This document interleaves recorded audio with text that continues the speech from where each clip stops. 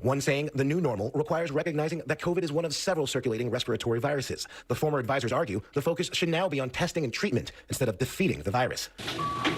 Meanwhile, a new CDC study is shedding light on so-called breakthrough cases when vaccinated people get infected. Researchers found every vaccinated participant in their study who developed a severe case of COVID already had at least one underlying medical condition that made them vulnerable. The governor of West Virginia is now the first governor to push for a fourth dose of the vaccine for people who are most vulnerable. But many public health experts warn it's far too early to greenlight a fourth shot. Now, the White House has responded to those former advisors calling for a new strategy. It says the president's ultimate goal remains defeating the virus. Mona? Ike, thank you. We have new information stemming from the investigation into the pipe bombs planted on Capitol Hill before the January 6th attack. A White House official says then Vice President-elect Kamala Harris was inside DNC headquarters when the explosive was found outside the building. Harris was evacuated moments later. Another bomb was found at RNC headquarters. Surveillance footage shows a suspect in the area. The FBI is still searching for that suspect. Washington remains sharply divided. 1 year after the attack on the Capitol, Congresswoman Liz Cheney and her father, former Vice President Dick Cheney, were the only Republicans on the House floor to mark yesterday's anniversary of the riot. Mr. Cheney said he's deeply disappointed in the GOP leadership. Earlier at the Capitol, President Biden slammed former President Trump for spreading what he called a web of lies about the election. For the first time in our history, a president had not just lost an election, he tried to prevent the peaceful transfer of power as a violent mob breached the Capitol. But they failed. They failed. His bruised ego matters more to him than our democracy or our Constitution. He can't accept he lost. President Biden and Vice President Harris travel to Georgia next week to speak about voting rights. Breaking news overseas. The president of Kazakhstan claims order has been restored after days of deadly anti-government protests. Dozens of people, including police officers, have been killed. Thousands of demonstrators have been arrested. Russian security forces are arriving at the government's invitation to restore order. The chaos erupted when the government raised gas prices. A new development in that tragic house fire in Philadelphia that left 12 people dead, including 8 children. Investigators are trying to determine if a 5-year-old playing with a lighter set a Christmas tree on fire. 18 people were living in the upstairs apartment. And authorities in Colorado now say last week's wildfire near Boulder caused more than $513 million in residential damage. More than 1,000 homes and other buildings were damaged or destroyed. President Biden visits the area today. All right, time now for a look at your Friday forecast. Fast-moving winter storm coming through the Northeast. This thing already dumped significant snows in the Mid-South, in Kentucky and Tennessee. I think the heaviest amounts of snow will come between 6 a.m. and, say, 9 a.m. along I-95, and even the big interstates, I think, will have some issues for sure. But by 2, 3 o'clock in the afternoon, it should be mostly done. 3 to 6 inches of snow expected across a widespread area. Over 8 inches in spots across coastal New Jersey, Long Island, and eastern parts of New England. Certainly those road crews will have their hands full before the snow ends later on this afternoon. Coming up, the CEO who just got a 500% raise. But first, caught on camera, a man attacks a woman at this bus stop using a shoelace, which she did that likely saved her life. And new details about why tennis star Novak Djokovic is fighting for a COVID vaccine exemption in Australia.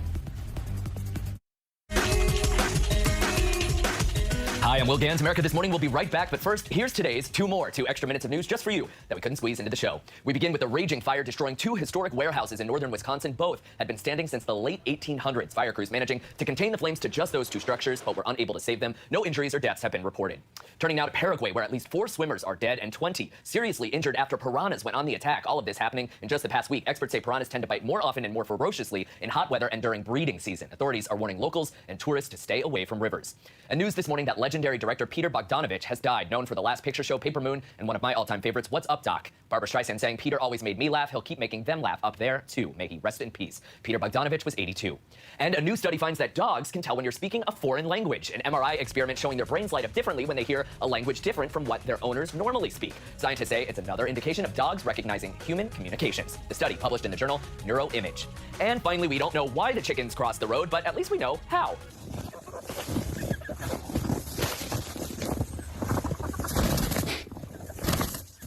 These 2 in Clinton, Washington, finding a genius way to keep their feet out of the snow. Would you look at that?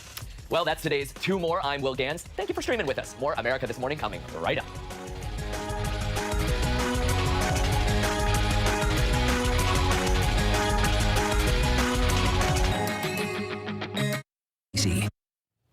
A horrific and disturbing attack in Miami. A man is spotted creeping up behind a woman at this bus stop, trying to strangle her with a shoelace. When the woman fought back, he punched her until a stranger intervened. A self-defense expert says the woman did everything right to survive, freeing up her hands and using her legs to keep the attacker at a distance. He was eventually arrested. New developments overnight in the COVID vaccine controversy surrounding tennis superstar Novak Djokovic. His family claims Australia is treating him like a prison inmate, and now we're learning why he thought he had a vaccine exemption. This morning, officials down under are fighting back after the family of tennis star Novak Djokovic accused the Australian government of holding him prisoner. Djokovic's father addressing a large crowd of supporters in his native Serbia, saying they are keeping the best sportsman in the world in jail. The 20-time Grand Slam winner, an outspoken critic of vaccine mandates, initially received a medical exemption to Australia's COVID vaccine regulations so that he could play in the Australian Open. But when he arrived in the country, border authorities detained him before canceling his visa. Authorities say he failed to provide appropriate evidence to meet the entry requirements. He's now being held at this hotel, which serves as an immigration detention center. His supporters seen protesting outside. His mother describes the accommodations as dirty and terrible. It's just some small immigration hotel, as we can, if it's hotel at all, with some bugs. It's so dirty and the food is so terrible. They are keeping him as a prisoner. It's just not fair. It's not human. The Australian government responding overnight saying Djokovic is not a prisoner. Mr. Djokovic is not being held captive in Australia. He is free to leave at any time that he chooses to do so, and Border Force will actually facilitate that. We treat all people who are in immigration detention fairly, equitably. But Djokovic is expected to stay at the hotel voluntarily until his appeal can be heard in court, which is scheduled for Monday. Meanwhile, his longtime tennis rival, Rafael Nadal, weighed in on the controversy. In some way, I feel sorry for him. But at the same time, he knew the conditions since a lot of months ago. So he makes his own decision. Reports indicate Djokovic may have claimed his previous COVID infection made him eligible for an exemption to the vaccine requirement. Meanwhile, his wife says she's taking a deep breath to calm down. Apple has disclosed the pay raise that CEO Tim Cook just received. Cook made nearly $99 million last year. That's a 569% raise from the previous year. Most of it came from stock awards. He was paid nearly 1,500 times more than the average employee at Apple. Coming up, new questions about where the Super Bowl will be played. Also ahead, why these people seen partying on a plane are now stranded in Mexico. Tonight, Weather Watch as parts of the country brace for a possible bomb cyclone. Plus, the new numbers as states struggle with keeping kids and teachers safe. More Americans turn to World News Tonight with David Muir, the most watched newscast on all of television. Admit it. These days, what you need to know seems to change just about every day. What is it that you really want to know, need to know? To help you not just get through your day, but to make the most of it. Feel smarter. Feel better. Feel happier. Well, how about a third hour of Good Morning America? GMA 3, what you need to know. Now streaming on ABC News Live. It's all about you. It was an extraordinary story. A computer salesman was supposed to report to prison to begin a 17-year sentence. They let him turn himself into jail with no escort. No one thought he would run. How do they capture for 25 years? How do you do that? Now, join the search, following the U.S. Marshals as they uncover new leads in a global manhunt. Can you help catch this fugitive? Have you seen this man? Have you seen this man? Have you seen this man? Listen and join the all-new hunt wherever you get your podcasts. Is that the gun? That's not a gun. What is it? I won't ask you again then. Are you a Nazi? The deeper you go into black markets, the darker it gets. Why hasn't anyone come out and spoken? Trafficked. New episodes Wednesdays at 9 on National Geographic. You never know what you're going to get on this show. That's all I'm going to tell you. Yes, Whoopi! Is this mic on? Can you hear me out there? Behind the scenes is always a better show. Absolutely, absolutely. That's what people don't see during the commercial break. Right, they don't. What happened? I had no idea really what I was getting myself into. That day that we walked out, I treasured that day. I couldn't sit there. You're doing good, Joy. You're doing good. Oh, yeah, baby. It was crazy. Behind the Table. Listen wherever you get your podcasts. Now streaming on ABC News Live, 2020, true crime, cinematic, real-life drama, stunning, the unthinkable, follow the clues, The Hunt, true crime, 2020, now streaming on ABC News Live. Back now with a party on a plane that ended with a terrible hangover. The passengers on this chartered plane to Cancun who posted videos of themselves partying without masks are now stranded in Mexico. At least 3 airlines are refusing to fly them back to Montreal, saying they violated COVID travel restrictions. The Canadian government says they could face thousands of dollars in fines. COVID restrictions are raising questions about whether the Super Bowl will have to be moved. The game is scheduled to be played outside Los Angeles, but the NFL has reached out to other stadiums, including the home of the Dallas Cowboys, to check on availability in case Southern California imposes new restrictions. Los Angeles County officials say they expect the game to go on as planned. We turn now to high school sports and the debate over running up the score. One basketball team is in hot water, and now the coach is being disciplined. Here's ABC's Andrea Fujii. This morning, a high school basketball coach is suspended after leading his team to a 92-4 victory. Sacred Heart Academy, a Catholic girls' school in Connecticut, also apologized for its lopsided win against Lyman Hall. The school's president saying the game does not align with our values or philosophies, and they're deeply remorseful for the manner through which the outcome of the game was achieved. The team was undefeated and ranked 3rd in the state. Now, Coach Jason Kirk must sit out 1 game. It's just the latest example of a coach criticized for a blowout. A football coach in Inglewood, California this past fall led his team to a 106-0 win. The principal later apologized for the coach's, quote, lack of integrity. Inglewood went on to the playoffs where their opponent's coach spoke about the importance of good sportsmanship. And maybe the most important thing is teachable moments. And I talk about all the time about how football is great because it emulates life and teaches you lessons. But they also understood why a team would run up a score. You get it in and get it done, and nobody wants to, face an outcome like that. You just try to run the clock and get the kids on the bus and get them home. And on either side of the score, it's a teachable moment. But some coaches argue the more points that are scored, the higher the team's ranking at the end of the season. This is the first time the 2 Connecticut teams played each other since 2017 when Lyman Hall beat Sacred Heart. They'll play again later this month. Andrew, Mona. Andrea, thank you. Coming up, the keyboard that could forever change how you type. Also ahead, a very special and unusual honor for Leonardo DiCaprio. It's an extraordinary story. A computer salesman was supposed to report to prison to begin a 17-year sentence. They let him turn himself into jail with no escort. No one thought he would run.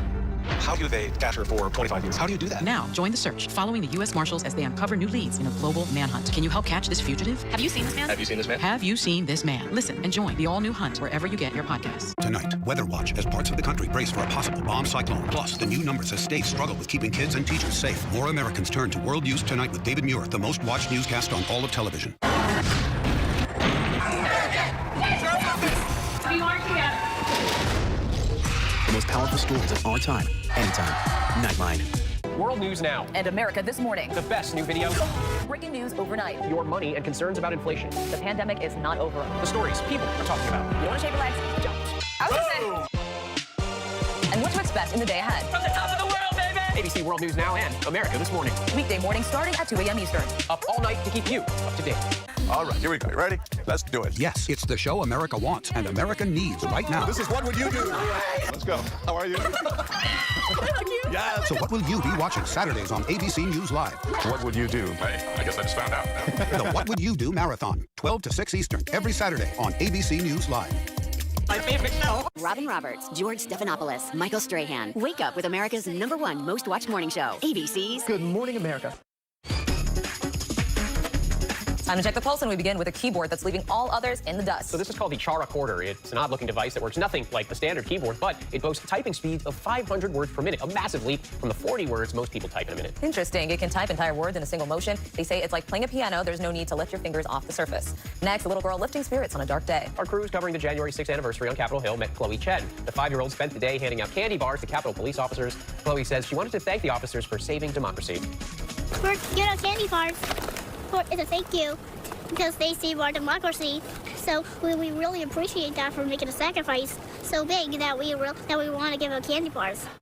Chloe used her own allowance money to buy the candy. I think she needs a raise. Her little voice, so cute. Well, next, Leonardo DiCaprio's work on behalf of the environment has earned him a very special honor. He now has a new species of tree named after him. Researchers from Britain's Royal Botanic Garden discovered the previously unknown tree in Africa. There it is. The small tropical evergreen has yellow flowers sprouting from its trunk. Its official name will be O. Very Opus DiCaprio, not Jack.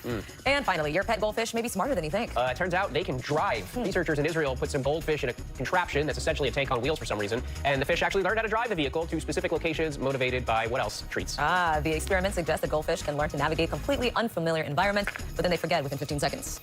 Wait, what? Off headlines. This is what being live is all about. This is ABC News Live. We're surrounded by people squeezing into this bomb shelter. Run, urgent delivery, run. Not afraid to go there. So my question, Mr. President, what are you so afraid of? Breaking news, live events. This is the moment. Streaming straight to you, anytime, anywhere. You just met one friend right here. You're watching ABC News Live. Thanks for streaming with us. I know what happened, and I'm not guilty. Why the fascination with criminal trials? Figure out what's really out there. She revealed she had murdered his family.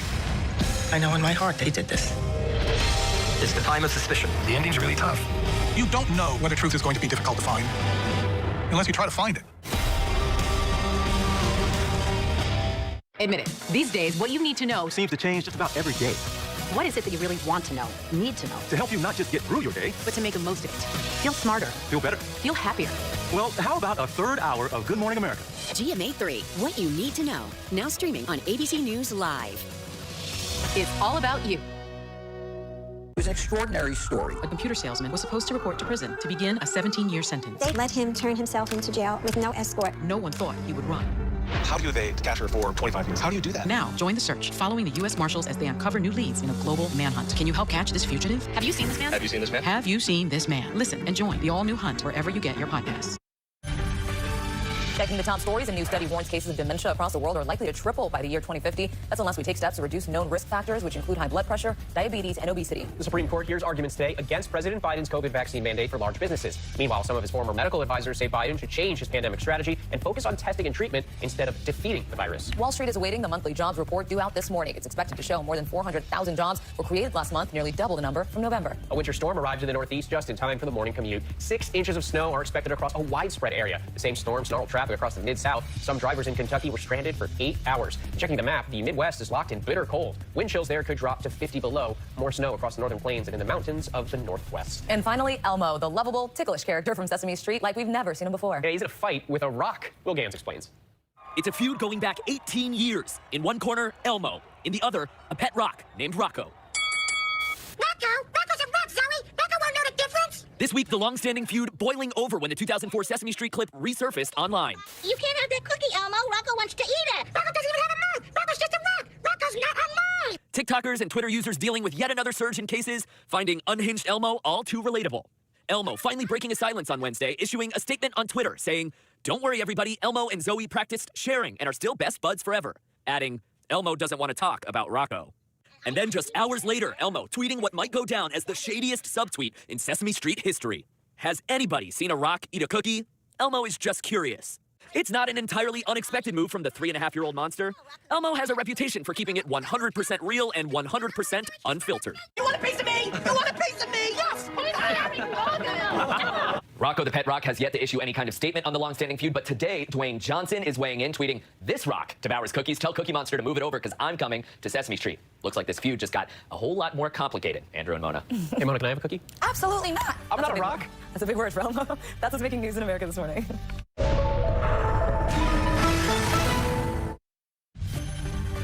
Right now, on America This Morning, winter's wrath. Yet another storm takes aim, impacting this morning's commute. 110 million Americans on alert. The effect that COVID-related worker shortages could have on snow removal, plus more people stranded on the highway for hours. The record conditions from east to west. New pandemic plan. The experts now pushing President Biden to change course on COVID and adopt a new strategy. Plus, the new push for a 4th dose of the vaccine as the Supreme Court takes up Biden's vaccine mandate today. Tennis superstar in limbo. New details on why Novak Djokovic believes he should get a vaccine exemption as he remains detained in Australia. His family claims he's being held prisoner, what his wife is now saying.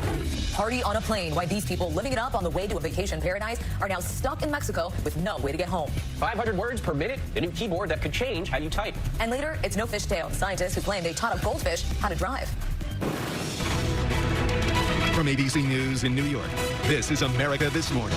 Good Friday morning, everyone. More than 110 million Americans are on alert because of another winter storm. And for many of them, it's hitting just in time for the morning commute. The radar right now shows heavy snow falling in the New York City area after moving up from Tennessee, Kentucky, and Virginia. The federal offices in Washington, D.C. are once again closed today because of the snow. But the bullseye could be in southern New England, which could see 8 inches. Other regions are also digging out. Buffalo saw more than 16 inches of lake-effect snow yesterday. That's a record. Parts of Michigan got 18 inches, and now bitter cold has set in. Wind chills could drop to 50 below zero in parts of the upper Midwest. In the Pacific Northwest, the mountain snow is piling up to levels we haven't seen in 20 years. Parts of the Cascades have seen 230 inches so far this season. But we begin our coverage with the biggest concern that faces us right now. This morning, a bitter blast of winter weather is arriving along the East Coast, and the timing could not be worse with the heaviest snow hitting during the morning rush. Travel can get rough in a hurry, leading right into that morning commute. This is custom built for a nightmarish morning commute. You want to stay off the roads and let the road crews do what they can. 3 to 6 inches of snow are expected over a widespread area where major cities are already dealing with COVID-related worker shortages, including a lack of snowplow drivers. Some towns are paying drivers up to $300 an hour to plow the roads. The sanitation department in New York City will try to keep the roads clear this morning, even with more than 20% of its staff out sick. In the end of the day, we have a very robust number of staff to be able to man all of a full spread complement,